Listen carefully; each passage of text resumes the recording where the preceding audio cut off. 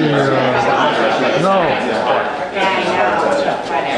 Entrance to the building. I pledge allegiance to the flag of the United States of America and to the republic for which it stands, one nation, under God, indivisible, with liberty and justice for all.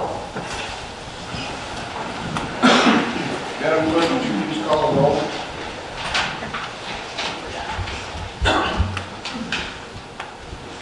Trustee Gray? Present. Trustee Caprio? Present. Trustee Sweet? Present. Trustee Nancy-Jordan? Present. Mayor Yukich? Present. Are they late or not? You're not coming. No, and no. Thank you. Okay. Are there any amendments to the agenda? I do have one. Is there a motion to amend the agenda to table item J5 so that we may further discuss the agenda item when the entire board is present? Mr. Move. Mr. Gabriel, Second. Trikey, discussion. Madam Clerk, please call the roll. Trustee Caprio? Aye. Trustee Sweet? Aye. Trustee Nancy-Jordan? Aye. Trustee Gray? Aye. Thank you. Is there a motion to approve the minutes of February 8, 2019 special village board meeting? So moved. Gray, I'll second. Caprio. All in favor? Aye. All opposed? Ayes have it, the motion carries. Next, is there a motion to approve the minutes of February 27, 2019 village board meeting? I so moved. Trustee Sweet, Second. Trustee Gray, discussion. All in favor, say aye. Aye. All opposed? Motion carries. Proposed budget for fiscal year 2019 through 2020. This is a public hearing. The regular meeting will be in recess for the purposes of conducting a public hearing. Is there a motion to open the public hearing on the Village of Homer Glen fiscal year 2019 budget? So moved. Is there a second? I'll second. Trustee Gray, Trustee Sweet. All in favor, say aye. Aye. All opposed, say nay. Ayes have it. The public hearing on the proposed fiscal year 2019-2020 budget is open for comments. The public hearing is designed to allow residents to state their opinions and/or concerns. It is not a question and answer session. Given that, is there anyone that wishes to comment on the village's proposed budget?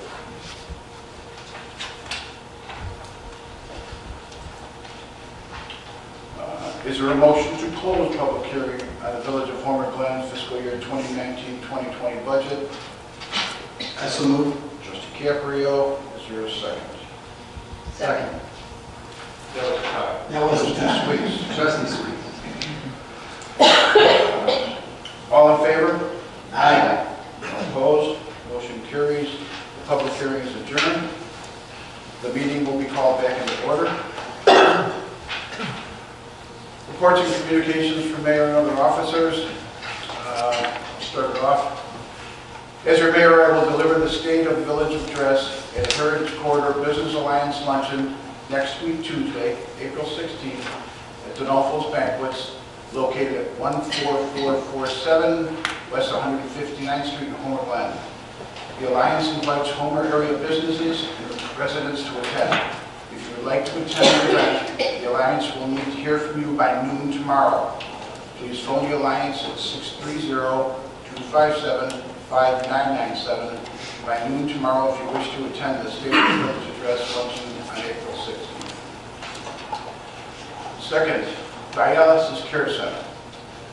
The Dialysis Care Center is a multi-state international company with about 250 employees in the states of Illinois, Pennsylvania, Tennessee, Ohio, and Michigan. The Dialysis Care Center originally opened a training center in Homer Glen in 2012. The company, with a mission to provide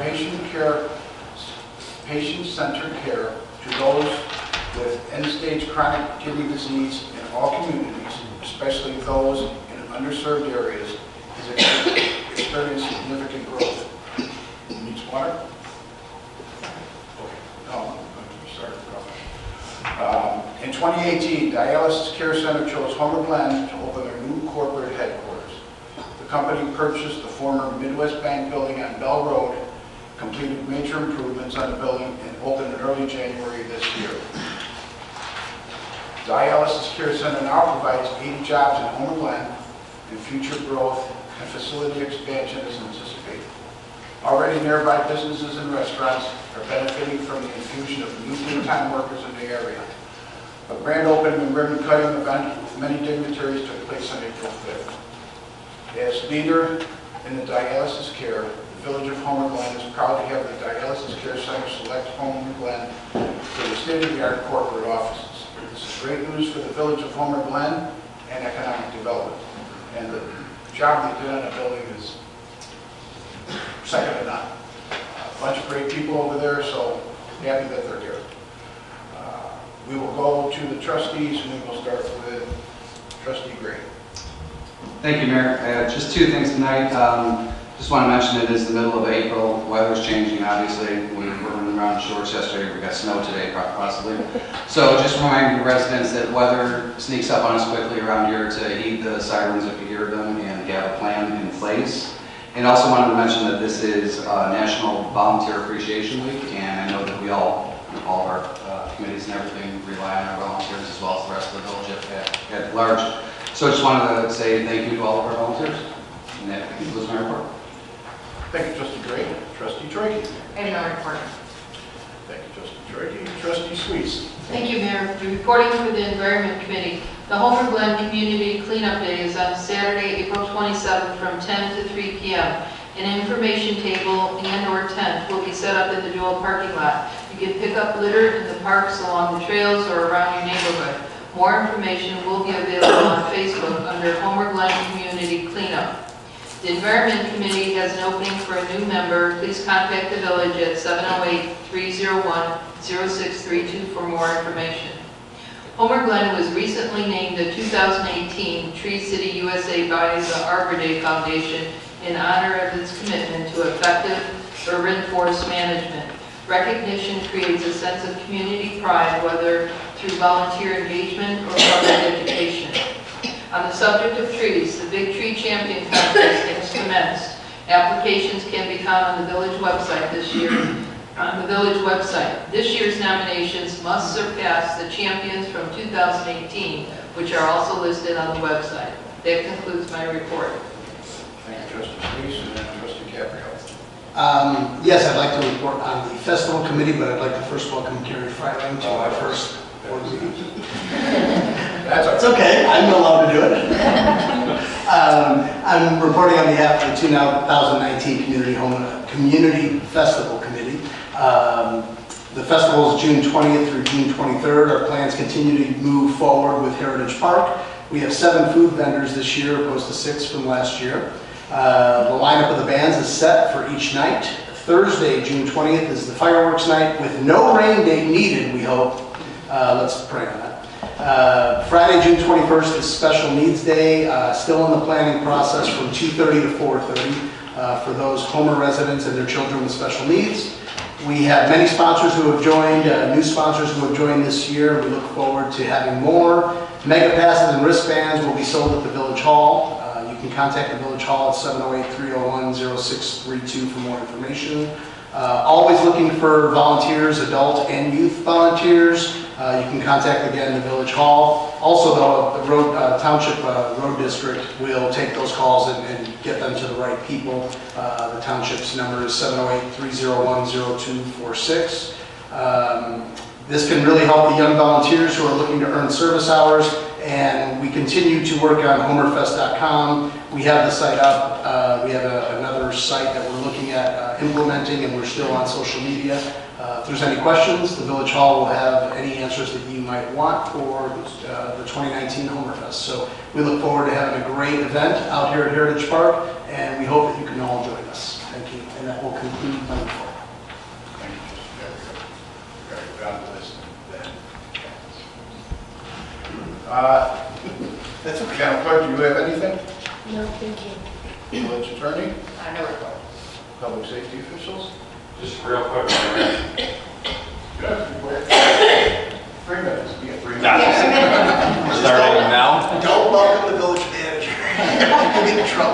Terry.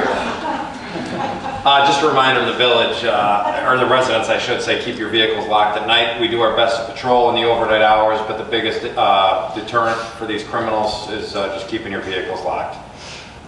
In addition, with the nicer weather coming, it doesn't seem like it right now, but people tend to increase their speeds, so it's just a reminder to the residents, when you're driving places, just pay attention to how fast you're going. We do traffic enforcement throughout the year, but it seems like in the spring, as soon as that nice weather comes through the neighborhoods, people start flying. If you have teenagers, remind them, slow it down. And that's the end of my report. Thank you, Mayor. Thank you. Administrative analyst.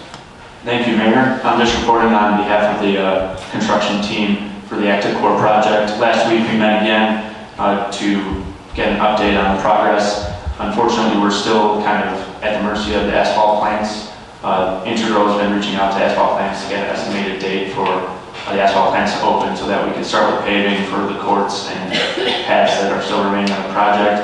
Due to the inconsistent weather, we don't have an exact date on that yet. But in the meantime, Integral is still out there working on site furnishings like benches and garbage cans, and also installing some plantings like perennials and shrubs. So that progress is being made without the asphalt, and we will keep you updated as we get a better idea of the timeline moving forward. Thank you. And now, I would like to introduce our new village manager, Carrie, which we were lucky enough to get to come to our village. And I know we're all going to be able to do wonderful things, and we're going to get a lot of things done quickly. And it will get a lot better for us, but I would, like I said, I can't tell you how happy I am that Carrie is with us right now. So I'll let you have a few words and come get back on with business. Thank you very much for that welcome, Mr. Mayor and the trustees and staff and the community. I'm in day number 8, and it's been a great first week and a half. It's been a very busy week. I've attended a lot of meetings. I attended the Planning Commission. I attended some of the committee meetings, including Admin and Finance, the Environmental Committee, and the Community Economic Development Committee. I've had the opportunity to meet with each of the trustees individually, so I want to thank you for providing me with your insights and your guidance and just sort of helpful background information on Homer and different projects that we're going to be working on. I'm very excited to be here. I'm very familiar with the area. So I don't really have anything else to report because I've only been here 8 days. The only thing I would like to point out, and we are, and I don't know if this is the appropriate place to do it or not, but we are considering moving the meeting, the next board meeting, to the 23rd on a Tuesday, and I have a committee of a whole at 6 o'clock as well. I know we talked to all the trustees about that, but just to let everyone know that we will be making that change. But staff has been very, very kind and very helpful, and so have all the trustees and the board. So thank you, and I'm looking forward to being here for a long time. Very cool. Thank you. All right, we're going to go to the consent agenda. Oh, we got public comment first. Nobody has signed it. Yeah, I haven't seen it before. Okay, so I was right. Okay. All matters listed under the consent agenda are considered routine by the village board and will be enacted by one motion. Mayor? Wait, you have to do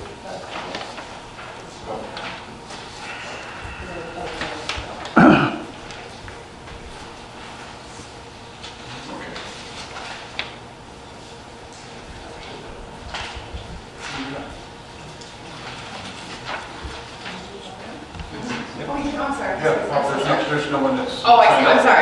That's okay. Mayor, I'd like to pull I-12 and I-13 from the consent agenda. Do you consider it separately?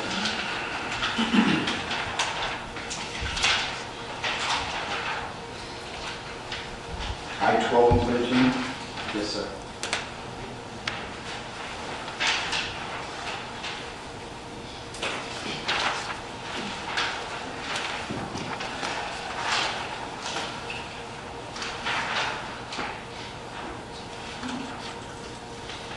Okay.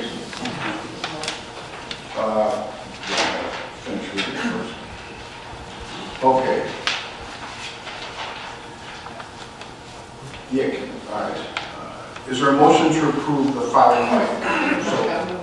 We need a motion to move 12 and 13 off the consent agenda. Right. Do I motion? Okay, so who's going to second? I'll second. Okay, any discussion on it? All in favor? Aye. All opposed? Okay, so 11 and 12 are going to be taken off. 12 and 13. All right, I won't be reading this. All right. Is there a motion to approve the following items? 1, the accounts payable for the period of March 22nd, 2019 through April 11th, 2019 in the amount of $559,080.90. The professional planning services agreement from JDS Professional Services, Inc., in the amount not to exceed $6,000. A lease agreement with Peterson Properties for the use of EMA and cold storage rental space at 15757 Nico Drive, Unit 3, Homer Glen, Illinois. A lease agreement with Peterson Properties for extra storage space for EMA special events and parks equipment at 15757 Nico Drive, Unit number 4, Homer Glen. A bid proposal from Deconstruction for construction of the 151st Street Bike Trail. That was on Oh, that's one. No, J5 now. Yeah. Yeah. You pulled J5, not I5. Oh, sorry. This is I5. Sorry. This is still in.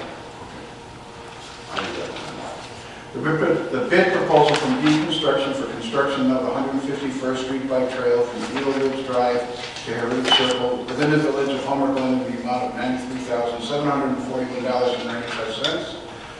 The proposal from HR Green for construction engineering services for 151st Street Bike Trail from Eagle Ridge Drive to Heritage Circle within the village of Homer Glen for a not to exceed amount of $8,585.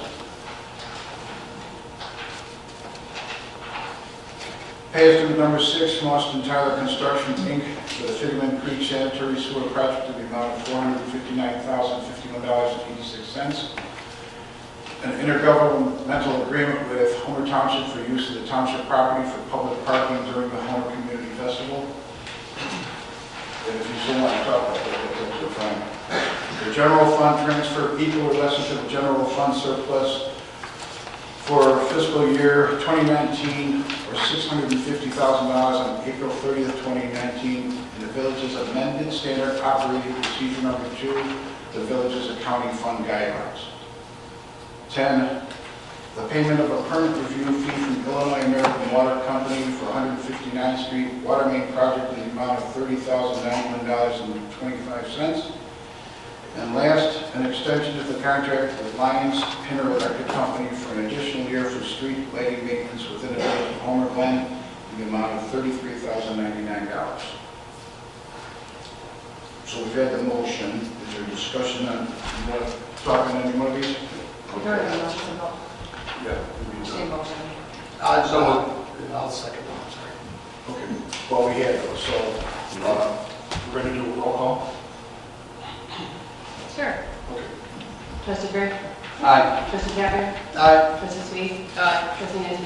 Aye.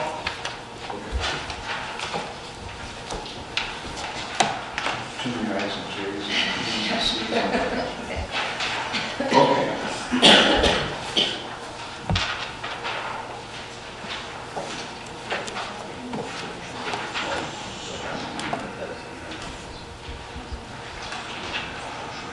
Okay, next, we have an appointment of Mike. So you have 2 items from the consent agenda that will go off. The two from the consent, 12 and 13, those will be addressed. He didn't table it, he just Just pulled it ask out. if they could consider. Oh, okay. So, go ahead. You want to do those on the whole buttons? All of these? Well, it was pulled off of this week. We do it now. So we go ahead for 12 first. To consider the approval of board minutes from December 18th, or From December December 12, 2018.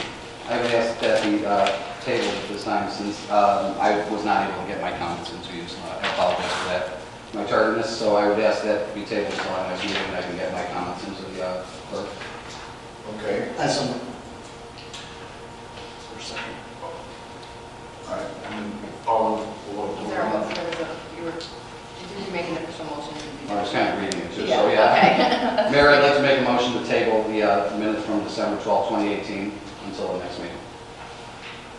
All right, so you make a motion, you second. All in favor? Aye. All opposed? Okay, that's fine, so we can table it. We'll bring it back after you make your changes. Then number 13, the village board meeting minutes from February 13, 2019. I just know that Beth Rogers is not here, and that was one of her minutes, or one of the meetings that she wanted to review. I know she said she hasn't had time to come back to listen to the recordings for this one yet. Okay, so we'll table that until... Oh, yeah, that's my motion. Motion to table? Yeah. I'll second. Okay, so discussion on that one. All right, so all in favor? Aye. All right, so both 12 and 13 are both tabled for this meeting, and once Beth gets back in town and she has time to go over them, and same thing with Keith, get your set, then we can bring them back to the board. So now, legislation and action items. Appointment of Mark Alring to the Community of Economic Development Committee. Is there a motion to appoint Mark Alring to the Community and Economic Development Committee? So moved. Trustee Trichy, I'll second. Oh, second, that's a tie. You give it to Trustee Sweets. Trustee Sweet. Discussion? Mark's a good guy. He's already on our Parks and Rec committee, right? So Yes.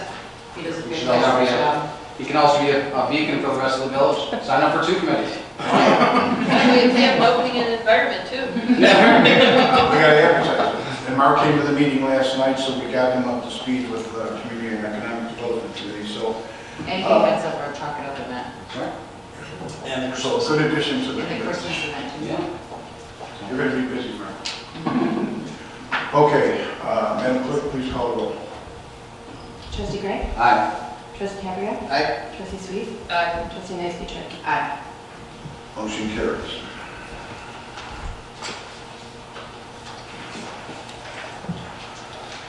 J2, Shorewood Home and Auto Inc., case number HG 1901-ASB. Is there a motion to approve ordinance number 19-012, an ordinance approving 1, a zoning code map amendment, 2, special use for outdoor sales and storage, 3, site plan approval with certain variances for certain real property located in the A2 Rural Residential District at 13639 West 159th Street, Homer Glen, Illinois, with a condition added that if the Illinois Department of Transportation, IDOT, requires changes to the 2 modified access points on 159th Street, the village will review these and changes administratively without asking the applicant to file an amendment to the site plan approval. It is also further conditioned that all outdoor storage areas and driveways shall be paved with asphalt. The zoning code variances are as follows. Reduce the required parking from 69 spaces to 54 spaces. Increase the allowable wall signs area from 156 square feet to 250 square feet. Increase the allowable ground signs area from 65 square feet to 91 square feet, and height from 10 feet to 10'8". And last, to allow the logo on the ground sign to be 25% of the total sign area.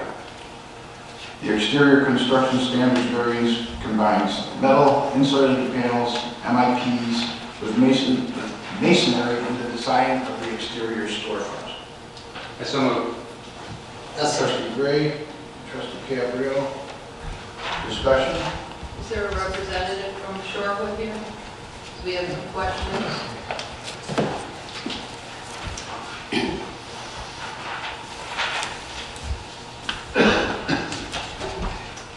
Good evening, I'm Dave Mitchell. Is there other questions or? Well, I was just, because you're asking for a variance for the wall signs from 156 to 250 square foot.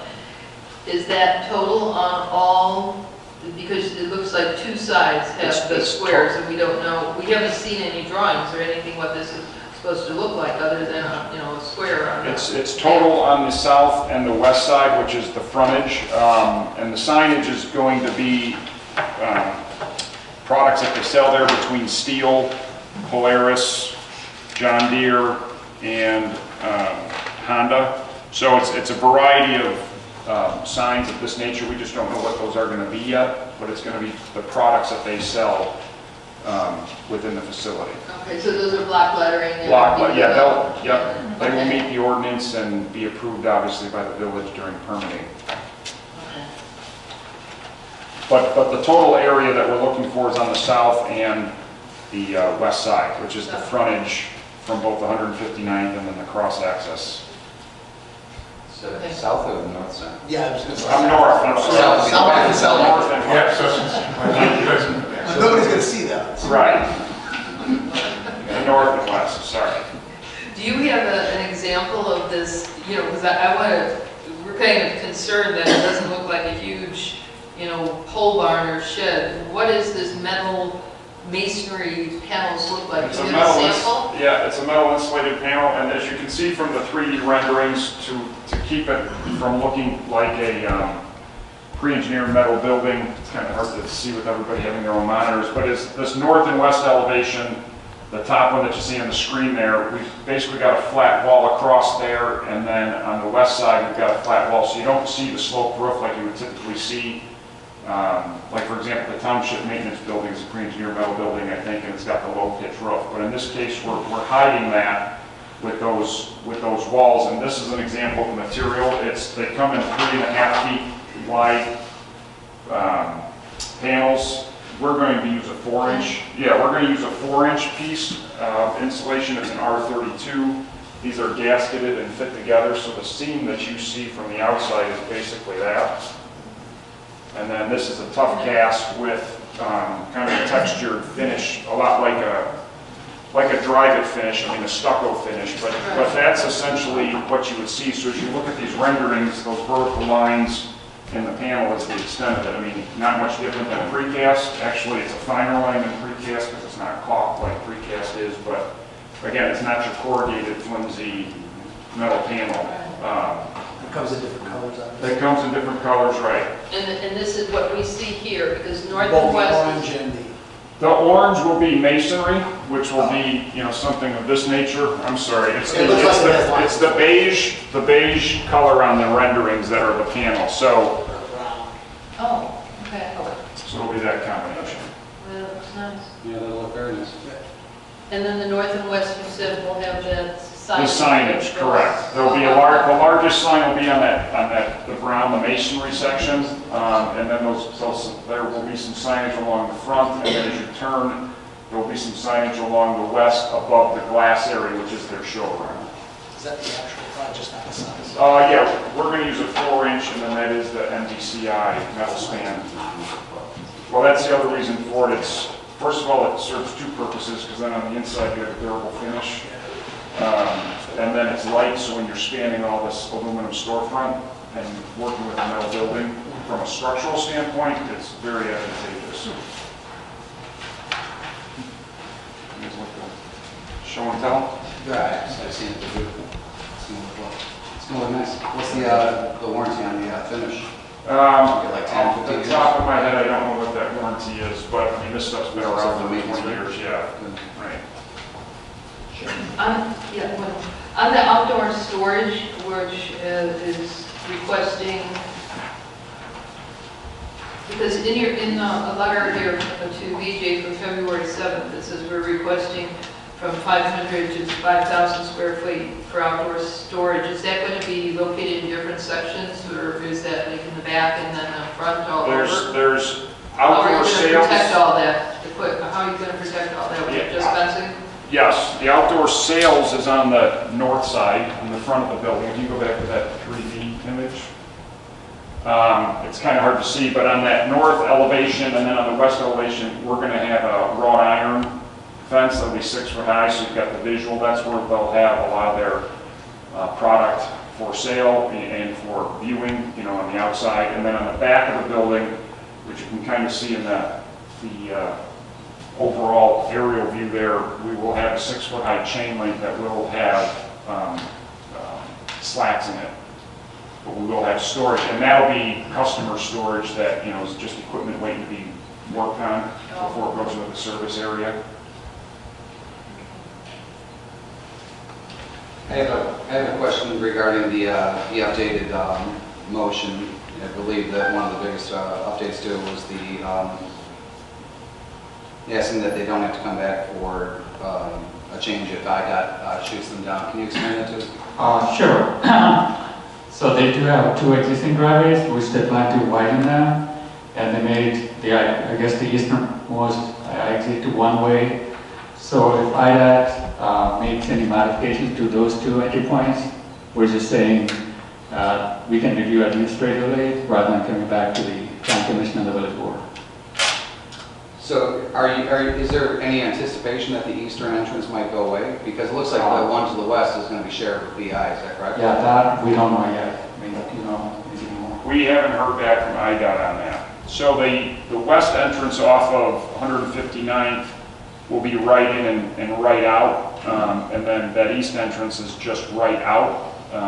And Right, again, the only reason I ask is because it looks like the way it's kind of situated right now is that you have 3 or 6, I'm not really sure, spaces for commercial trucks.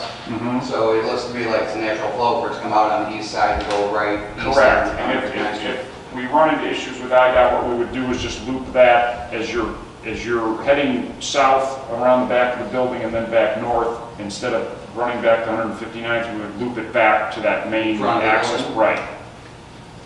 And you have the room there to do that? Correct. And then your storage area that's up front with the chain link, or the wrought iron? Yes, yeah, there's plenty of room there. That's our detention area. If we had to, we'd have to look into putting that underground and then having our drive over it. But Would that change the exit off onto 159 on that western intersection? Would No. that make that any wider or anything to accommodate a truck? no, we would keep that as is. Okay. All right. Okay, so those are the only changes that I know too, that you wouldn't have to go to planning commission if I action. Are there any other questions? Questions? Madam Clerk, could you please call the roll? Trustee Nancy Chouwaki? Aye. Trustee Sweet? Aye. Trustee Caprio? Aye. Trustee Gray? Aye. Welcome to the village. Thank you. Thank you. 3, is there a motion to approve an agreement between the Village of Homer Glen and Savoy Consulting Group for the professional and technical assistance in conjunction with the comprehensive plan and design guidelines update for the amount not to exceed $105,000? That's a move. Trustee Caprio? Second. Trustee Gray, discussion? Yes, Mayor. I did, thank you. I did talk to the representative from Savoy. Thank you, Director BJ, for the introduction. I just felt a little left out, and I want to have, for these focus groups that are steering committee, there was a lot of committees mentioned here, but nothing about the environment committee. And I think that needs to be inserted. You know, we have Parks and Rec, and we have CED, and we have Plant. But I think to do a little balance act there, I think we need somebody from environment. Yeah, that was something the consultant wasn't aware of it, so they actually promised to attend your tree preservation workshop. So we're going to actually start with the environment committee meeting. Okay. And you'll let us know then, because I know like in May it says you have some start of steering committee meetings, so you let us know, and I have a representative that would be available. In fact, we're going to coordinate with the board to have a trustee liaison. Or whether it's a EC member or somebody.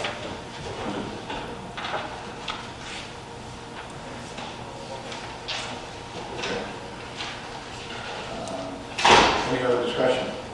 No, I'm happy to see this starting to go because this is starting to bring to fruition some of the things we talked about in strategic planning and start some of these balls rolling forward. So Yes, and staggering. yes, so Okay. glad to see that happen. That makes perfect sense. Actually, I think the whole board will appreciate this. All right, Madam Clerk, would you please call the roll? Trustee Gray? Aye. Trustee Caprio? Aye. Trustee Sweet? Aye. Trustee Nancy Chouwaki? Aye. Motion carries.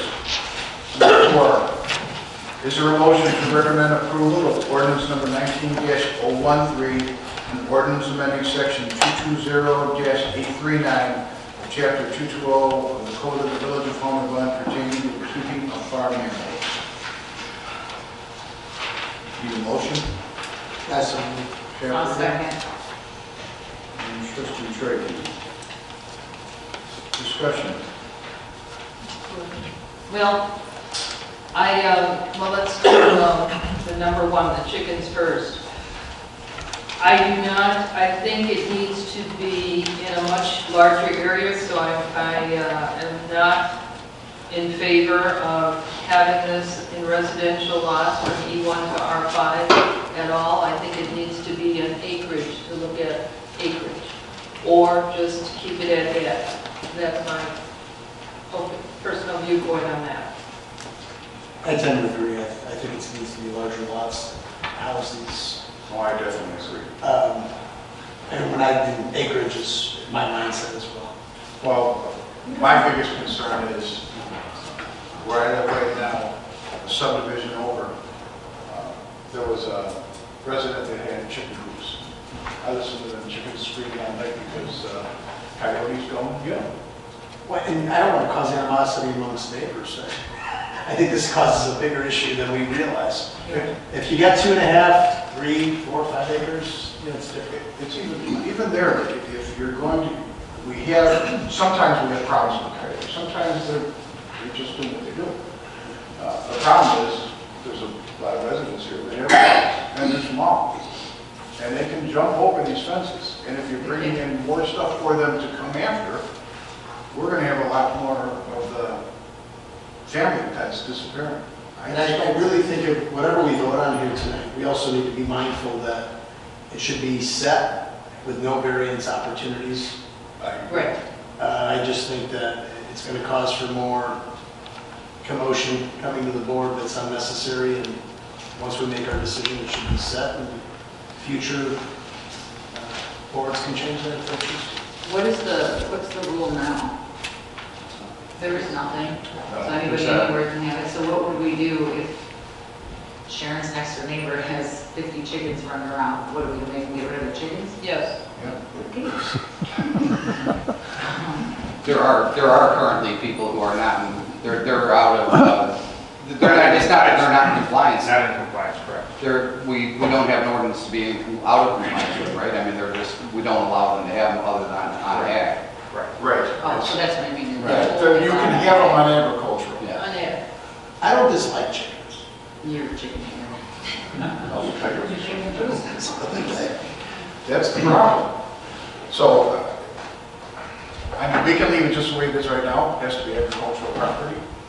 But you also have to look at if you're letting it in some backyards, and sometimes neighbors don't talk to neighbors, and they're also going to get some chickens, or you get a rooster out there, and the next thing you know, you have everyone fighting.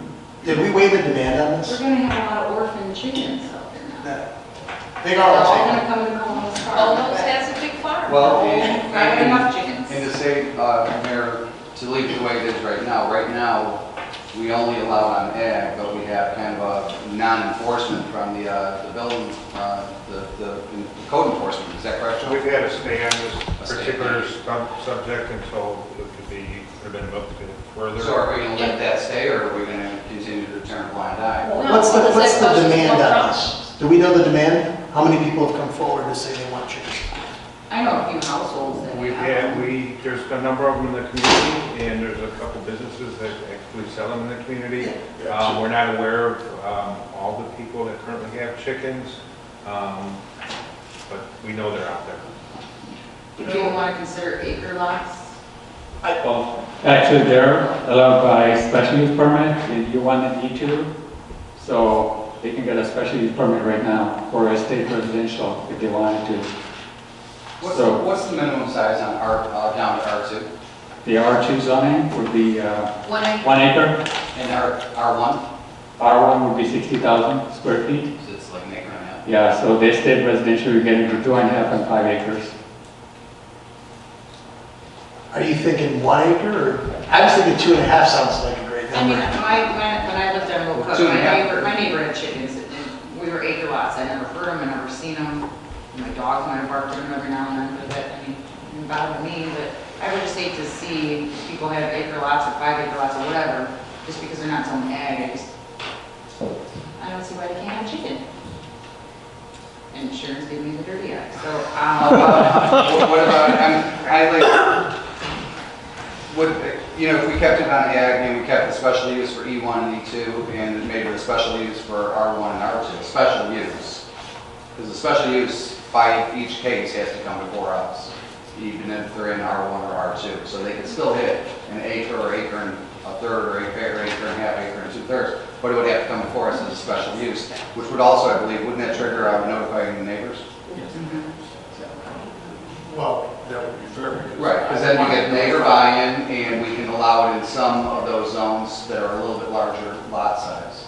That's why I say, if we allow this, and they do it, the chickens that are not cooped to where they get not protected, and the coyotes do come in and they get one of the neighbor's dogs, we're gonna hear about that too. See, We're gonna yeah, hear a lot of it. Isn't it written that we're requiring a coop, a structure for them? We are, yes. We are requiring a structure. If you look at the actual 4.2, you gotta figure that. Oh, yeah. Catherine coming out every day. When I let my little rat terrier out at 2 in the morning, I mean, she could be. But you make sure she comes back in the house, that doesn't mean they're not, just out of curiosity's sake. Not to bring up Board Park, but what do they do there? Something we don't want to be. Well, I would say this is not unique to Homer Glen. This is actually something that we're seeing more and more across the entire, all communities. But in Orland Park, we do not allow them at all. You cannot have them at all. They. They. You only allow to control the lights and the neighbors. The only reason I say this, it's gonna be up to you, because I don't vote on it. But I just look at, for the people that I know that have called me that lost a dog to the coyotes, and then you're gonna allow the chickens to come in, it's going to bring them in more. So, it's just my opinion, everyone's got it. people don't have chickens out at night. I mean, there are chickens out there in the day, to run around, lay some eggs, come back. Right? I don't know, I've never. I don't know if that's how it works, but I mean. Can we consider these separately? we are, Well, I know we're debating them separately, but can we vote on it all at once, or can we vote on just? I mean, I would just hate to say it's only ag. I would like to see maybe at least an acre for residents. At least, come on, Sharon. Who's, this is Carl. Well, if you do a 50-foot setback from each property line, That's getting, really, that can get small. that's too small. that's the thing we gotta consider. If I can make a suggestion, as you guys are discussing it tonight, and you can take notes, and then what I would recommend is instead of approving it tonight, that we bring it back so we can revise the language, so you'll know exactly what the language is that you're approving this. The chicken survives another day. Yeah, well, not necessarily, but we just want to make sure that we're not doing some knee-jerk and not sure exactly what we're approving tonight. But we can discuss it, we can discuss the bees and the chickens and everything, but I'd like to bring it back and have a final code change for you guys to review at the next meeting. Sound good? Sounds good to me. I don't know. But we do need Like I consensus. said, my take would be that if we, on the chickens, ag, E1, E2, R1, R2, all is special use, obviously not ag is special use, but the E1, E2, R1, R2 is special use. That would be my preference. Then at least lets all the neighbors know. With notification, right? Yes. That triggers it, especially if they Yes, the triggers. You're still getting down to what I just want to make sure that's clear.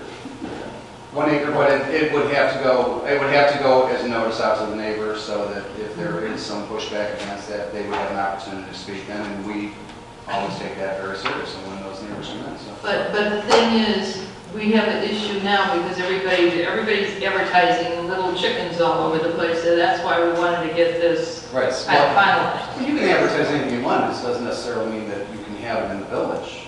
You know, they can sell anything they want. Oh, I know. But the thing also is going to trigger the once we go to another meeting or two when we come to a final decision on this, is that this will tell code enforcement where to draw that line on what to go out and to stop. I would also recommend that even if you do change it and allow for special use in those specific zoning districts, that we still keep all the other requirements that are in the proposed code change, in terms of how they have to be kept and those rules and everything, so that as someone does come through for special use, they know what the rules will be, even if they're granted special use. Absolutely. Well, there's bigger fish to fry than code enforcement going on chickens. We're talking about fish now too?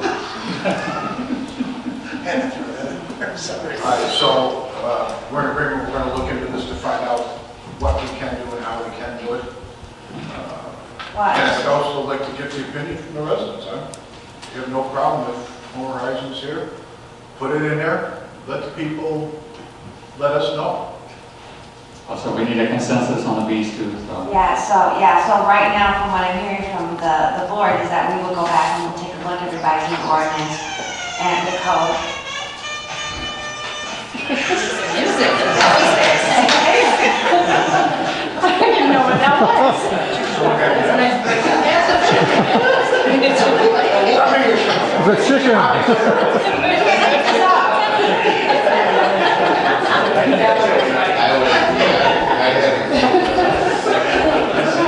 Sounded like you need to fillet fish. Mayor, I don't think we should advertise this, like, what do you guys want to do out there? I think we should just make a decision I think that would be and easier. move forward with it, because it's going to drive the building and the code inspectors and everybody crazy, because all this is happening now.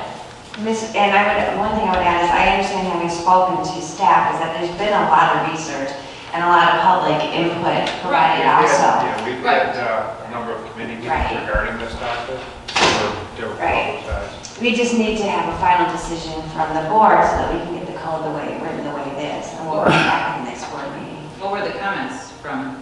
That's reflected in pretty much what we've come up with here as recommendations. I'm fine with putting it. And that's going through Plan Commission and environmental. Tabling it. I'm not tabling it, but tabling it for future. Trustee Suisse wants action. Well, I don't know that we'll get action. I mean, Well, is that causing your department's going to cause a headache until this is 2 weeks? I mean, there's a stay on any enforcement right now. Okay. So I think the worst case scenario may be somebody who purchases chicks that turn into chickens. We'll have to get rid of them. Okay. Yeah, because what are you, It's bunny season anyhow, really. When Easter's coming up, it's bunny season. when they We call, don't have regular bunnies. When someone would call us, we would say, we would recommend them not to purchase chickens at this point until a final decision is made by the board. I don't know if we get that many phone calls of people inquiring about chickens. Oh, we do, okay, me too. So we will relay to them that they need to hold off from purchasing them for 2 weeks. well, can we, right now, as a board, agree that we're not going to allow it, at least in R4 and R5? That's 10,000, that's your subdivisions like Pebble Creek. R4 and R5 are way too small of a lot. well, they don't qualify. In R3, yes, they do, according, you know. Not according to the plan. Some can't. Well, you know, Some if you have an can't, you option, have an option. good. And nobody else around you might be able to. You I know, got you. having just a setback. I think what he started is perfect, because then you're on top of everything. Just for clarification, right now, what the notes that I have written is that we're going to still allow in A, and that we will allow with a special use in E1 and E2. In R1 and In R2. R1 and R2. Because that's down to about an acre and 2/3 and an acre. And then all the other provisions that are added that are highlighted in your proposed code change, we'll keep those in there, and those will become the new rules for anyone who is approved via special use process public hearing. Chickens, this is just chickens. Just chickens. You're not gonna go on bees. Yeah. The article, or some woman, I don't know if it was in Japan, had bees living under her eyelids. Okay, but we're not gonna allow that. I'm trying not to think about it.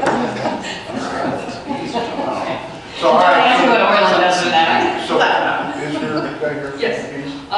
Before the board starts discussing the bees, because I noticed the Plan Commission recommended beehive, you need to have 5 acres or more for a beehive. I personally think that's way too much property that you need.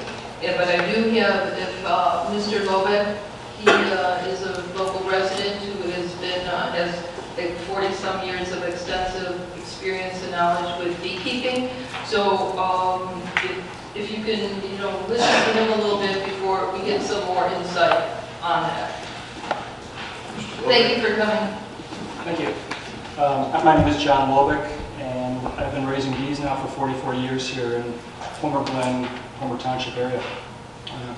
When we reviewed the proposal for beekeeping at the Environment Committee meeting several months ago, there have been some changes after that from what we saw versus what the Planning Commission had suggested. One of the suggestions from the Planning Commission was that we increase the lot size to 5 acres. That, in my opinion, is probably a little bit too large. 2.5 acres was probably more than enough. And I would also like to suggest that we increase the setback from 50 to 75 feet and kind of balance out the smaller lot sizes. Because again, if you've got a rectangular lot, you're still going to be able, and maybe the lot's 500 by 200 feet. You'll still have plenty of variation for the 75-foot setback from any of the sides. The 5-acre lot really doesn't accomplish anything. From a standpoint of supporting the bees, a 2.5-acre lot is more than adequate for the flowers, the clovers, whatever you have available there. So again, really my two suggestions are just reducing the size of the lots to 2.5 acres and to increase the setback to 75 feet. Okay. Had you given those suggestions to the committees when this was being discussed? Because that's a pretty big departure from what initially went before planning, I believe, right? You advocating for 2.5 acres. I don't believe that was the minimum size before. No, there was some discussion at the. I'm not a member of the Environment Committee. I'm asking if you had given them any. No, this is the first time I saw that it would increase to 5 acres. I was not at the Planning Commission meeting when this was discussed. I know at the Environment Committee meeting they were talking about a lot smaller sizes, which were too small. Right. So you do agree that we don't want 15,000-foot lots or 10,000 square foot lots having bees or having the ability to have bees. I agree, because there's also the philosophy of supporting it. You go to a larger lot size, you have a tendency to keep the trees blooming, the flowers, the gardens, that sort of thing, which would support the actual beehives themselves. Also, what's nice in the proposal is that there would be some sort of wall that would kind of deviate the flight of the bees, because people worry about bees coming out of the hives and standing in front and getting stung or whatever.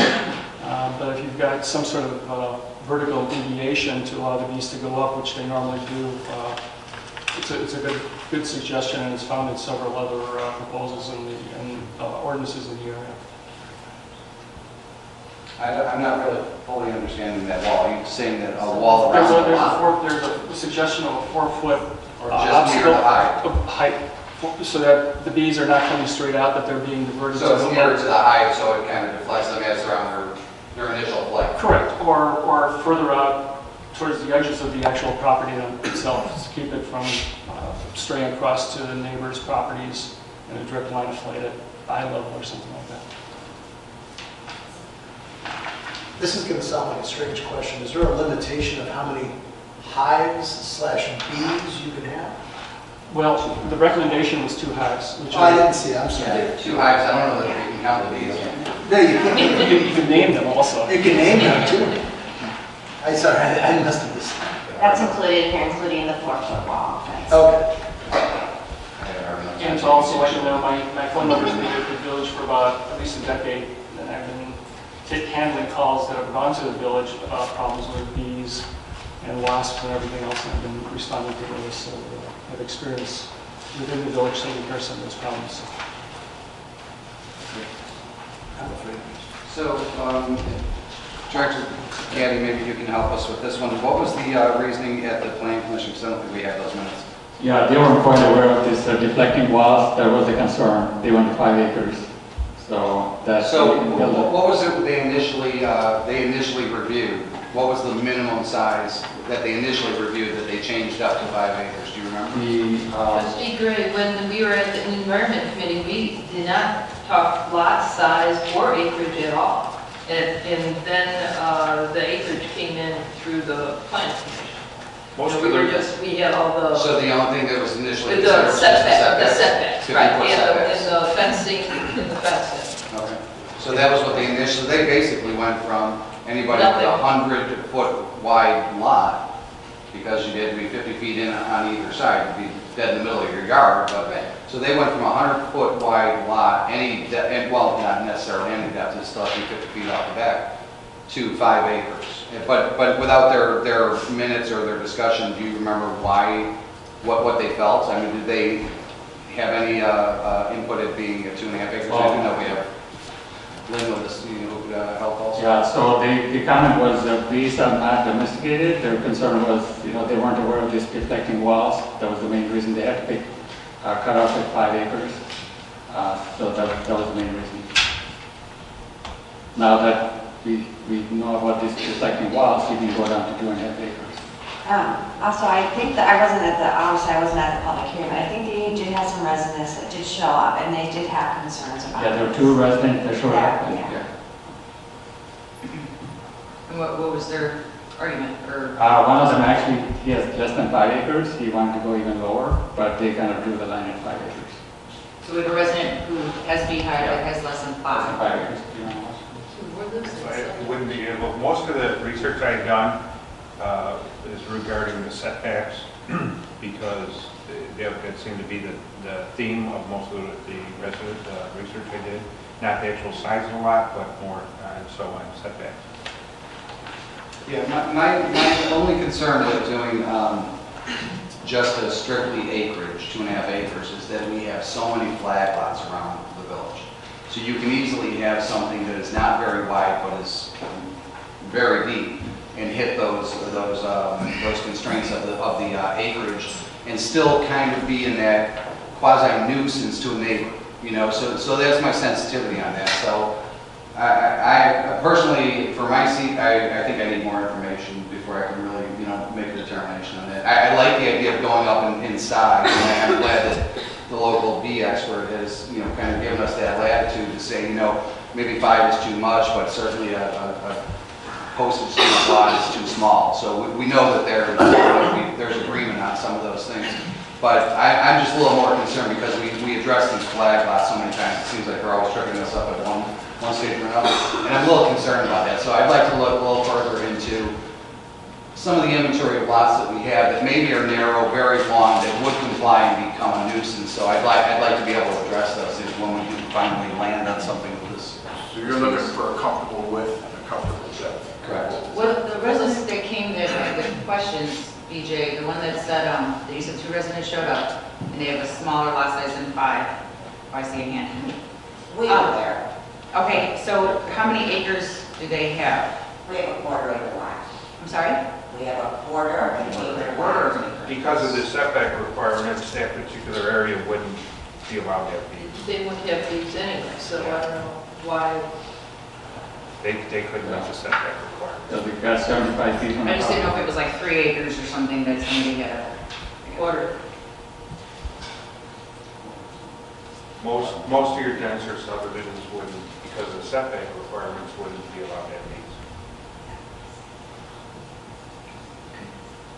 All right, so we're going to table it for now. We're going to look into dimension-wise, depth, width, figure out what's comfortable, and then, okay, and then just go from there. We can bring it back to the, so we're going to table number 4, and we're going to table number 4. For all of them. But staff now has enough information or more information to go forward? Yeah, we'll bring it back into. So it's a terrible motion. Well, to address trustee Gray's concerns, so if you do like a 3 acre, but then you have the setbacks larger, I mean, a flag lot would probably even, like if you have it's a 75-foot setback now. 50. For 50. Well, 50 as it was proposed. Right. Yeah, but But- 75. Right, and again, I'm okay with that if we find that, I'd like to just look at some of the lots and say, what are these frontages? And really, that's something we need to address. What's the frontage of your lot? And the flag lot, is it the flag or is it the frontage, the street? What is, what I mean? If you're a flag, is it the flagpole end that abuts the street? Is that your frontage? No, right? Or is it where it flares out? Yeah, where it flares out. They go to the interior of the lot, not at the street, Okay. for the burn cap. So you would still need to meet the setback requirements would Right. be difficult on a flat lot. I mean, typical like you're describing, a long driveway in a narrow lot, whatever the size, it's tough to meet that setback requirement, say 75, 150 feet wide lot. So, yes. And on most of those, they're still pretty good sized lots. They're shared driveways, you know.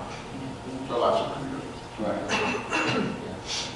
Let's just come up with a number so we Yeah. have it, that if we pass this, it's all set. So, but can I ask one more question, sorry? So if we come up with a number, and let's just say it's 2.5 acres, 75-foot setback, let's just say. And then we do have a lot that has less acreage, but there's nobody around them or certain circumstances. Is there any way that they could come in for, you know, Variance. a variance? I think that's what Trustee Caprio was saying originally, was that let's nail this thing down so people aren't, so we aren't constantly lowering that threshold. Right. Plus, you know, we're not blowing it for everybody, but everyone lives on different lots out here. I mean, not everybody lives in subdivisions. Some people have smaller lots, but everything's open around them. So, I mean, I would hate to say you can't have it just because your lot's small, but there's nothing around you. But that can change. What if this always around? But like I said, if it does change, then that changes, you know. That could be a special use permit situation like you did with the chickens. If you want to allow that, we could bring back some suggestions on that. Like you said, a small lot, what is a small lot? You're still gonna need 150 feet With a wide and separate setback. It's somewhere. 75. Okay, so that's good. Board's table. So I need to amend my motion to table. Yes, for the, all of All right, so I'll amend my motion to table item number 4. I think I said. In total. I'll amend my two. Okay. All right, all in favor? Aye. We'll bring these back next one. It's ready. Number 5 is tabled. Number 6, we're going to workshop items. Development Services Director Sam Moles. S4 permitting. Michael, that's all yours. Thank you, Mayor. As part of the Federal Environmental Protection Agency's Clean Water Act, municipalities and other governmental bodies meeting certain criteria are required to be part of it's a municipal separate storm sewer system permit program. So basically, that's where the MS4 designation comes from. Basically, what this is, the program is managed by the Illinois Environmental Protection Agency, which fulfills this role to comply with the federal mandates under the Clean Water Act. So basically, the Illinois Environmental Protection Agency has the oversight role because they are the federal agency, the Environmental Protection Agency. They are the federal agency that are charged with implementing the Clean Water Act. Recently, we've, at one of the last board meetings, we approved a new ordinance. It was the illicit discharge detection and elimination ordinance. That was one of the requirements for this MS4 permitting. I've asked Laura Giverson with HR Green to put together a little bit of a small presentation to kind of explain what the permitting requirement is, what it entails, what the village needs to do, those sorts of things. Basically, moving forward, what this is going to require the village to do. So, all right, thank you, Mike. Everyone hear me? All right. All right. Well, good evening. As Mike said, today we're going to be talking about the NPDES permit that the village is now participating in. And Mike kind of touched on a few of these items already, but just in case you didn't catch on to it, the NPDES acronym stands for National Pollution Discharge Elimination System. I have to kind of remember what that is every now and then. We're also talking about something called the MS4. As Mike said, this is Municipal Separate Storm Sewer System. So an M with 4 S's, MS4. And also, this permit discusses a lot of things, BMVs, the best management practices. When we're talking about stormwater, a lot of times people think that's a rain garden, a rain barrel, tile swale, things like that. Basically, things that are put in the ground to help with water quality. This permit looks at them more as behavioral, your behaviors, ways of enforcing ordinances and things of that nature. So, who has to participate in this? We now know that Homer Glen is participating. But it started out back in 1990 with what the Phase 1 NPDES permit was. This was only for very large communities. Rockford, Chicago were some of the ones in Illinois. And then in 2003, they came out with phase 2, which narrowed it down to smaller communities. They basically defined it at that point as anyone who was urbanized under the U.S. Census Bureau definition. The definition's up here, but as I said, long story short, Homer Glen is now participating. The next step is, well, how do you actually participate? Last year, we filed something called a Notice of Intent, an NOI. This is telling the Illinois Environmental Protection Agency, the EPA, that we want coverage under the permit that they have written. It's a general permit. It says if you meet these requirements, you're in. So that Notice of Intent says that this is what the village is going to do to maintain compliance with the permit. Most of these have to do with just, as Mike kind of mentioned, ordinance enforcement, and village is doing a lot of document keeping. Really important that these ordinances, now that they're in place, are just continue to be maintained and enforced. And then the last thing that we have to do is each year on June 1st, we have to file an annual update to the EPA.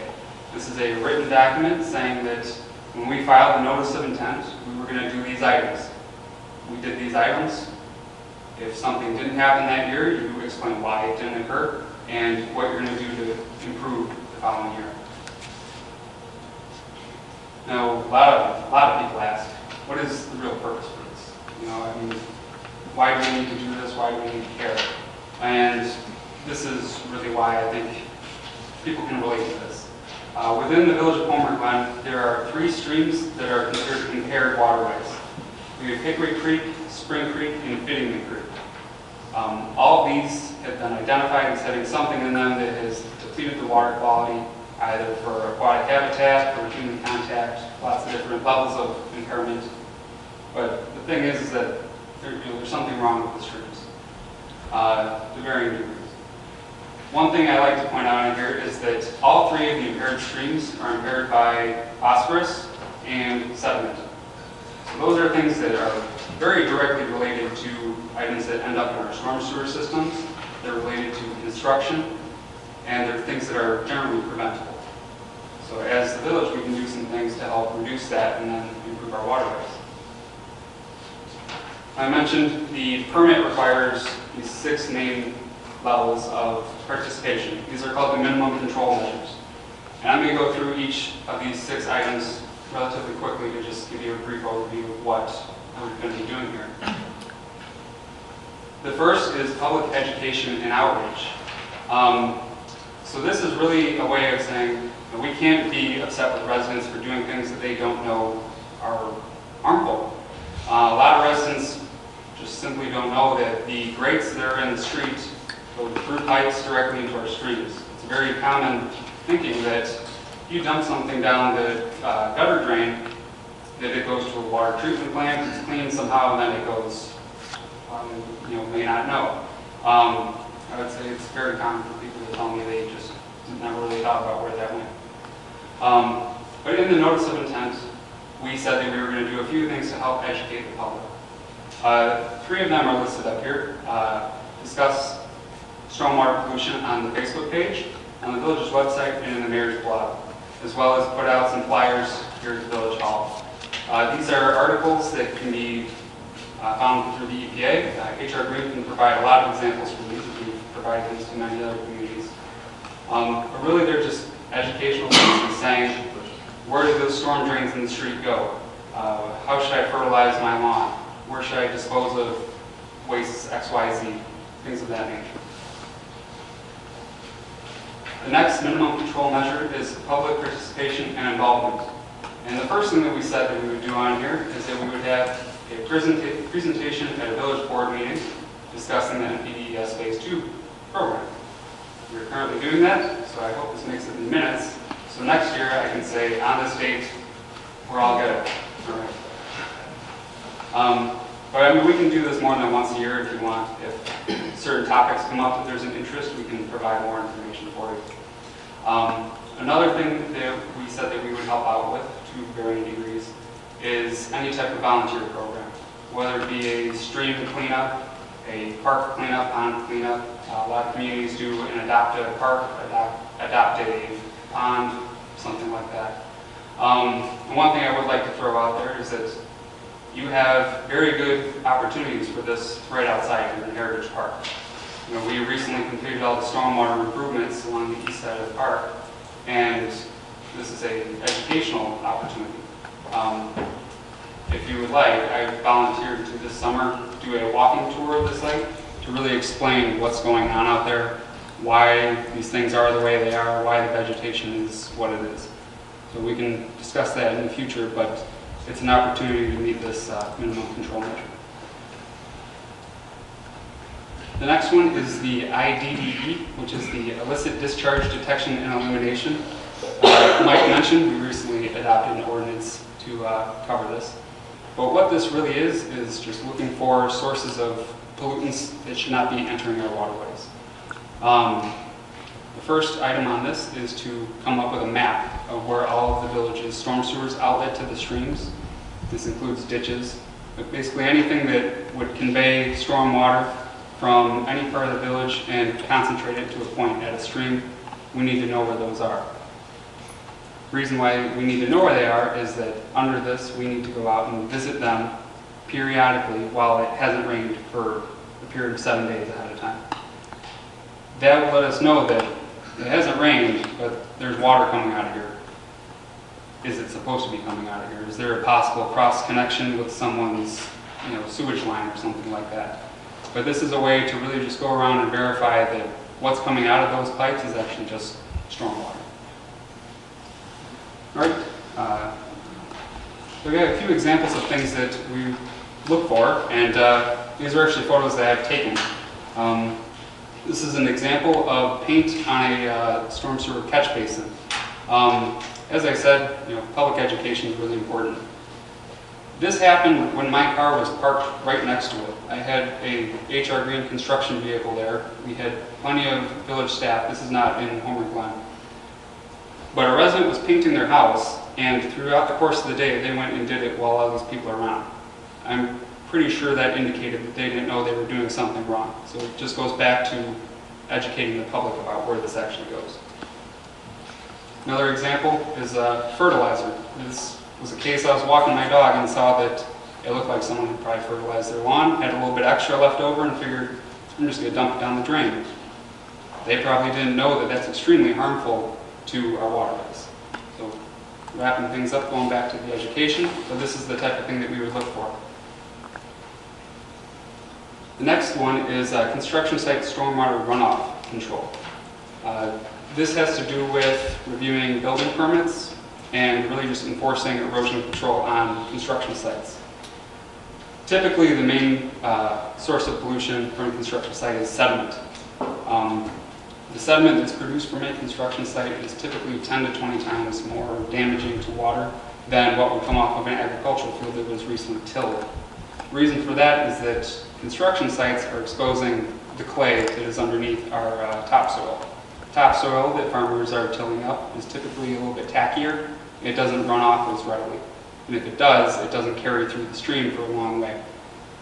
Clay from construction sites, when it hits waterways, it will carry for a very long time.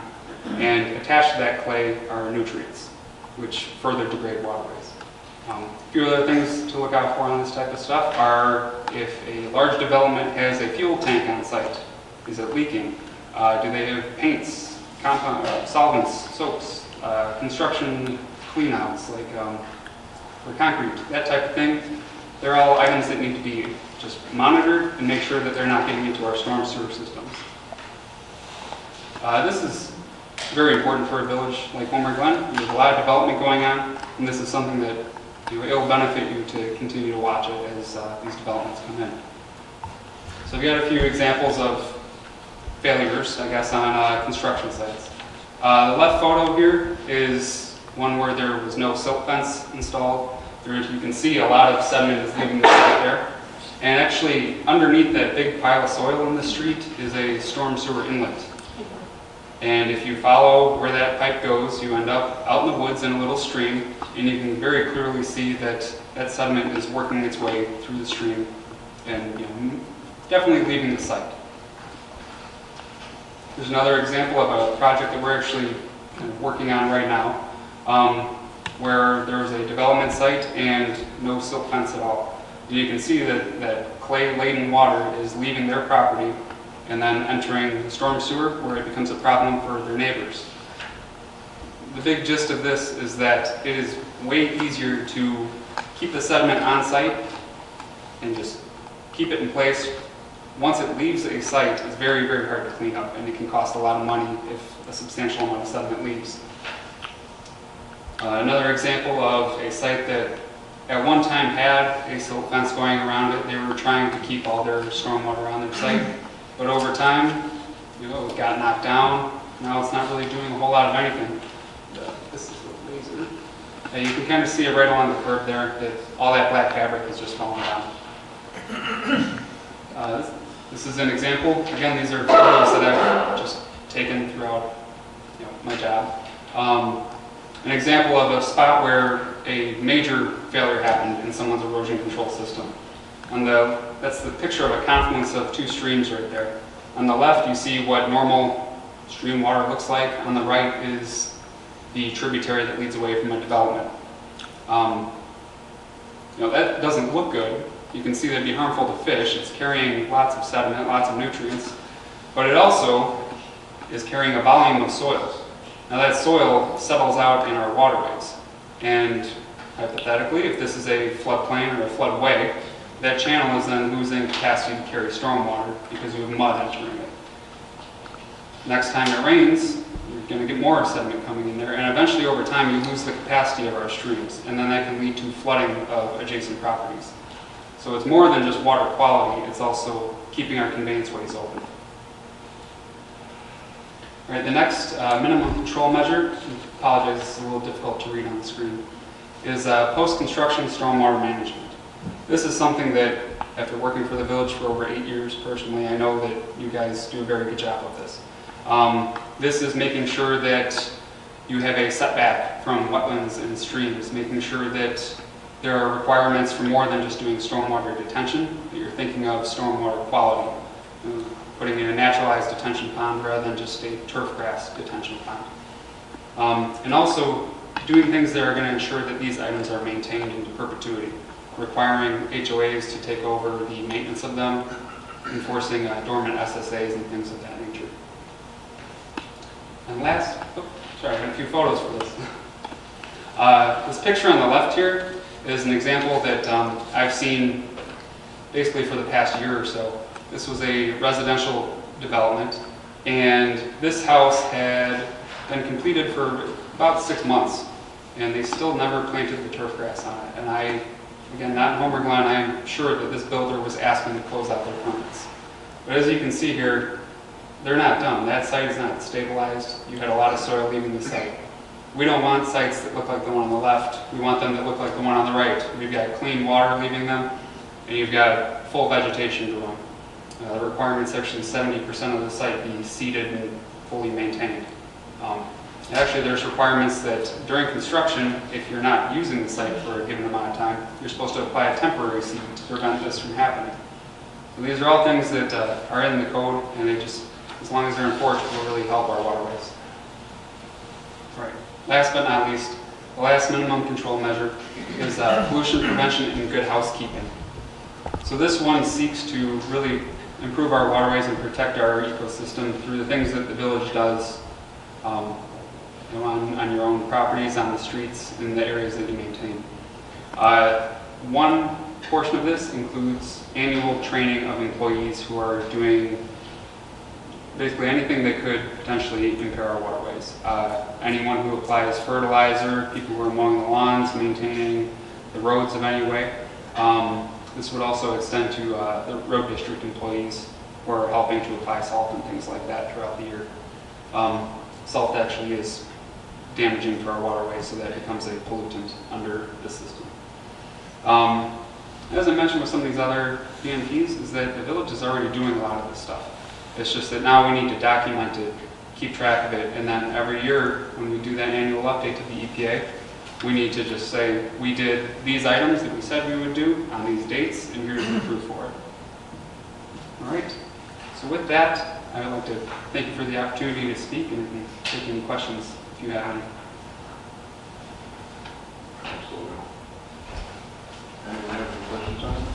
I do. When you monitor an inflow into the stream and you realize there's a problem there, I mean, is there some enforcement or something? I mean, are you supposed to track that back and try and find out where it's at? And is there like a punishment for that, or is there just education?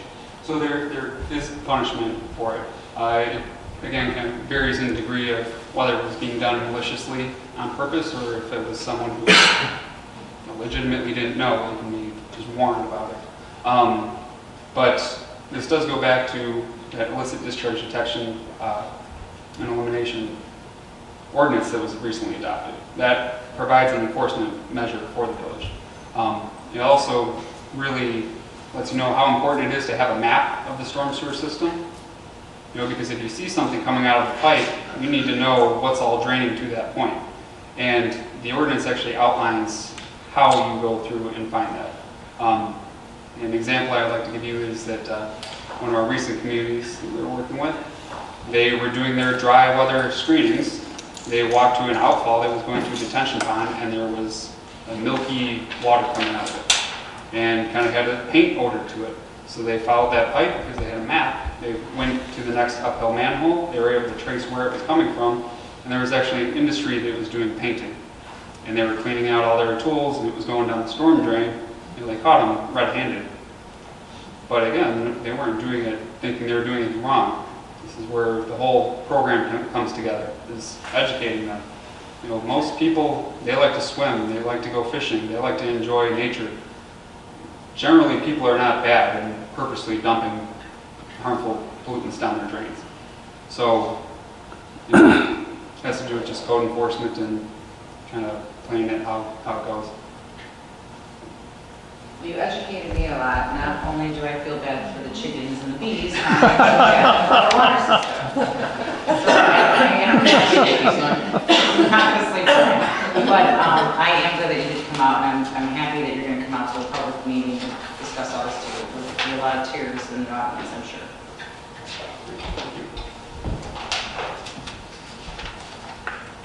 Thank you. Great. Thank you very much. Thank you.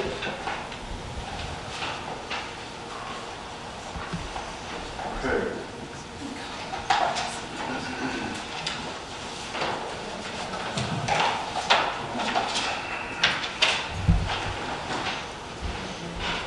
This one we have is presentation and discussion of regarding the proposed Caton Farm, Bruce Road, SRA route, including the selection of one of three proposed alignments between I-33 and 159th Street.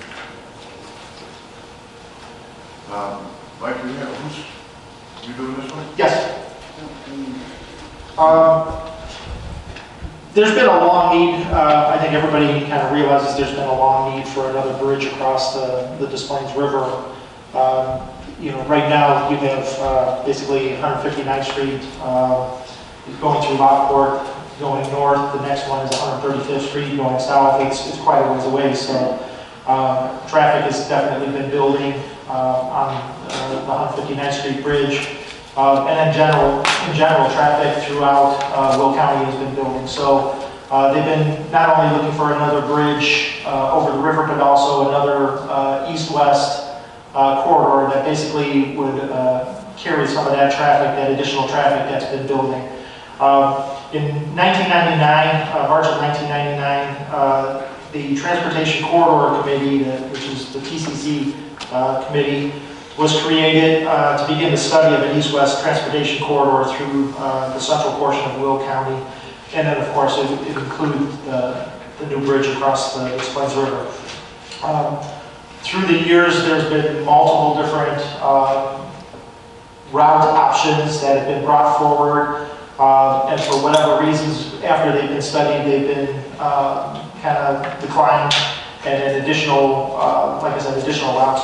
One of the things that, as part of what they call the SRA Strategic Regional Arterial Roadway, is, and this goes back to the funding, the federal funding that they're seeking to get for this, but they seek basically terminus points for this road. So ultimately there were studies done, and this goes back to the early 2000s, and ultimately the terminus points that were selected for this potential what's called the Keaton Farm Bruce Road SRA route was basically Keaton Farm, and then on the west end and 159th Street, basically at Cedar Road on the east end.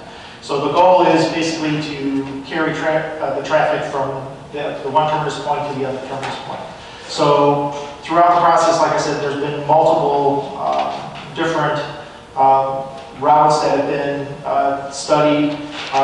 There's been issues with where the bridge was located, going due to the Heinz Emerald Dragonfly. There's a habitat down in that area. It's an endangered species. So there were certain locations that couldn't be used. There's certain height restriction requirements if they do put the bridge in those locations. So like I said, there's been multiple different routes. And there's multiple communities, as you see in the supplement sheet. Basically, it's Crest Hill, Homer Township, Lockport Township, Lockport, Joliet, Plainfield Township, Will County, Homer Glen, and New Lenox. So basically all of these communities, because this road is going to affect all of these communities in one way or another. So they're part of that TCC committee, and basically they're the kind of the groups that have been deciding and voting on which alignments would be preferred. In 2009, they ultimately they settled on 3 different alignments for the road. Pretty much the differences in the alignment were mostly on the east end, and that was basically Cedar Road, what they call the middle alignment, and then Gowder Road. At that time, the TCC members had voted, and they selected what was the middle alignment ultimately. And there's kind of an exhibit which the 11 by 17 exhibit shows the Gowder Road, the middle alignment, and then the Cedar Road.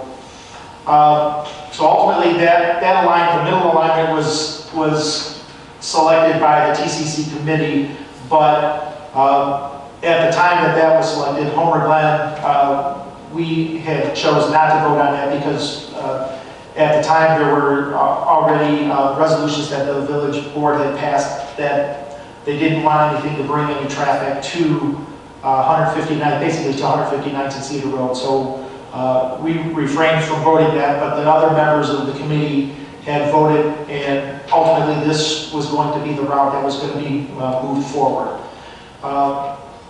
Moving forward quite a few years, probably about 2 to 3 years ago, there was kind of a new push as to this east end of what alignment was going to be actually preferred.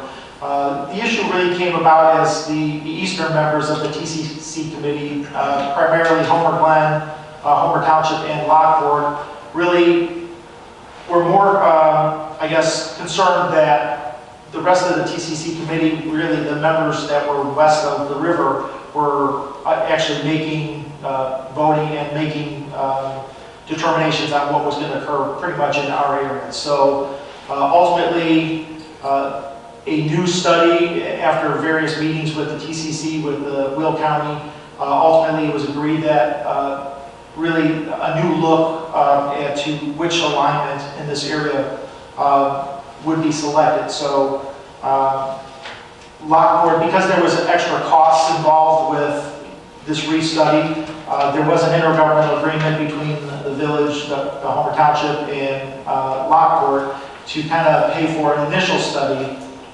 to reevaluate the 3 different alignments in this area. And then ultimately, depending on which alignment is selected, there's obviously going to be costs to change the engineering. Lockport has agreed to pay for those costs because primarily they would actually benefit the most depending on if there's a different alignment chosen. So what's going forward now is again, there's basically a new look on whether Cedar Road would be the one selected, the middle alignment, which was already selected, but whether that would still be, remain as one of the options, or whether Gowder Road would be selected. Each one has obviously benefits and pros and cons. Cedar Road, one of the things, obviously, there's 2 schools on Cedar Road, so this new heavier traffic roadway would actually be going right in front of 2 schools. One of the issues with the middle alignment is obviously it was cutting through a large area of undeveloped property, so obviously that would have potential negative impact on how that property can develop. And also, it was going behind one of the schools that was also located on Cedar Road. And then, of course, Gowder Road, there's existing homes there, so they're going to need to acquire additional right-of-way. So there is an impact potentially on the homes there too. But of the 3 alignments that are basically in this area, 2 of them, Cedar Road and Gowder Road, are already, there's already existing right-of-way. They may have to acquire additional right-of-way, but there's already existing roads there and existing right-of-way. And then again, as the middle alignment, that would be the one that potentially, that would require all new right-of-way. So I think several of the trustees had, and the mayor had attended a recent public meeting at the Lockport Township High School, which basically was a presentation to kind of explain the 3 new alignments, or these 3 existing alignments, excuse me, the Cedar Road, Middle Road, and Middle Alignment, and Gowder Road. And basically what's required is now these 3 communities, Homer Glen, Homer Township, and Lockport, need to basically come up with kind of a consensus of which alignment do they want to move forward with, going. And then once that's selected, then ultimately, if it's different than the middle alignment, then the county will initiate the changes for the actual plans, and then ultimately they would like to close out what they call phase 1, so the initial study of this roadway. It's something that it's going to be quite a while before it's ever built, but it's something that needs to, these decisions need to be made now. So what we're basically the point of the presentation here is just to kind of explain what those routes were, and then seek the board's input as to which of the 3 alignments is the preferred alignment that they would like to see carried forward. Are you asking for our opinion? Correct. Okay. Our consensus. I did go to that meeting, and I did talk to quite a few people there. One alderman in particular, I knew she said that the, I just gave away who it was, had said that the Lockport is more or less pushing for the road to be Cedar, because a lot of the aldermen live on Gowder. I'm sorry? They just approved Gowder. They did, Lockport did. Oh. I I was would just too. going to say, I'm a Gowder. I'm done. Okay, I have a question. Is the Will County Economic Development Director ever weighed in on this? Because it seems like Gowder is becoming a de facto frontage road to 355 for all of those concrete warehouses that are going up from 143rd all the way to 163rd. And I'm glad to hear that Lockport has approved Gowder, because that kind of fits in with what they've been impacting along that area. Mm-hmm. But I was wondering if John Brulin from the Will County CD, I can't remember exactly what they call it, but they're the ones who are pushing for all that trucking. Are they in favor of Gowder, or do we know if they've expressed an opinion? I don't know if they've really expressed anything, and they've kind of, like I said, they've left it up to that TCC committee to decide what the preferred route was, and then kind of because of the change on maybe not going with the middle alignment and the concerns that, like I said, that the western communities were making the decisions for our area. So they basically left that decision really up to kind of the Homer Glen, Homer Township, and Lockport to decide, what do we prefer. And I believe it would go back to the TCC committee for a final vote, and then like I said, then potentially if the route does change, then the plans would need to be revised. The only other question I have is that the terminus point, the eastern terminus point is 159th and Cedar. So if the Gallagher Road alignment were chosen, is that still considered the terminus point?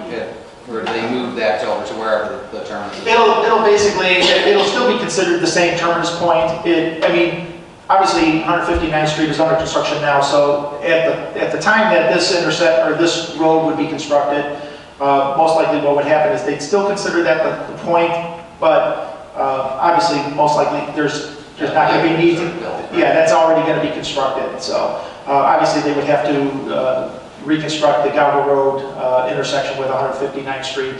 But yeah, basically that same terminus point would still be what was considered. Well, I agree with Trustee Trachey. I was at that meeting also. I heard people talking about both alignments. I never really heard anybody express any interest in the middle alignment because it was going to take way too much farmland, too much money, all of that. Displace way too many people. Right. And so, you know, for me, if it comes down to which one is less impactful, I think it's Gallagher because of the fact that we do have 2 schools on Cedar, as well as the fact that Gallagher is already being impacted, that whole area, by things that are certainly out of our control. And I think it just makes logical sense that Gallagher is, you know, becomes that. I don't like it, you know, I'm not advocating the truck traffic over there. I'm just saying this is the reality, and you know, you do have 355 just 1,000 feet to the west of these people in most cases, and you know, those truckers are just going to continue to not take 355 to go from 143rd to 159th, pay $9 or more in tolls and get off. You know, if they're only picking up a partial load at 143rd in Gallagher and then heading up to 163rd, I mean, the reality is they're just going to keep doing it. You know, they're on time constraints, they're on budgetary constraints. Everything's about the dollar nowadays, and everybody's looking to commoditize everything. So truckers are really being squeezed as far as how much money they are getting. So if they look for a way to, you know, optimize how they're getting around by not paying tolls, they're going to continue to use Gallagher. So again, I don't really like it, but it is the reality. So my opinion would be Gallagher. So I concur with everyone else. Trustee Gray, but this ends at 150. I agree with Gallagher because I attended that meeting as well. I talked to several of the aldermen there, and after they were explaining what their feelings were, I felt Gallagher had to be the most logical choice of it. But you're talking about 143rd in going to 159th at Gallagher. This is supposed to terminate at 159th. Right. I'm just saying that the reality is these people are already, these truckers are already doing it. We know we've talked to some homeowners along Gallagher, and you know, I mean, it's just that because of those facilities that are all along there, you know. So. And I agree with you. Can I just chime in just a comment? I mean, if we're realistically saying they're coming east on Bruce, they're not going to pass Gallagher to go to a Cedar or the middle alignment when they need to go north on Gallagher. I mean, they're just not going to do it. They're going to take their chance and break the law. So it makes sense for it to go. One thing to also consider is the tollway actually does have property at Bruce Road for a potential interchange, for a future interchange. So, you know, whenever that gets constructed, obviously the SRA route here would actually cross at that location. So, you know, so that is a potential for any, you know, traffic, including truck traffic, to, you know, if they're looking to try to get to 355, they're certainly going to, you know, probably access it at that point rather than trying to get, you know, go back up to 159th Street. And then they could also eliminate the toll booth there. Because they're only going a mile to get up to 159th Street. And it would definitely, it would make everything cleaner. They're not chopping up anything. They're going to eventually put the bridge up there in the first place. So I agree. Right now, Gallagher's the best choice. So consensus is Gallagher? Okay, so we've got our answer for Lockport. What we'll do is we'll bring this back probably at the next meeting or so to make a formal vote on it. If there's any questions, then obviously please let me know. Thank you. Okay. Excellent. Thank you, Mike.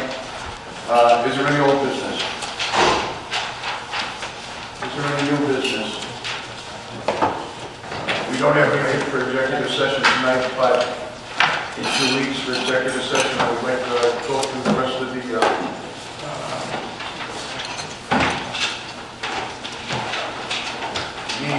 had both for the executive session and for our regular session, so we'll cut up for the switch. We want to do that in our next meeting, after 23rd. After the committee is all. Well, I'm fine. it's something we need to get done before we do the next change, so I'd like to, we don't have, so, All right. so if we could just make note that executive session for the next meeting, so that we can make sure, so we can finish up with all the executive session minutes, and we can finish up with yours. You all okay with that? Yes, sir. Okay, I need a motion to adjourn. I so moved. I will second. All in favor? Aye. All opposed? Motion carries, meeting adjourned.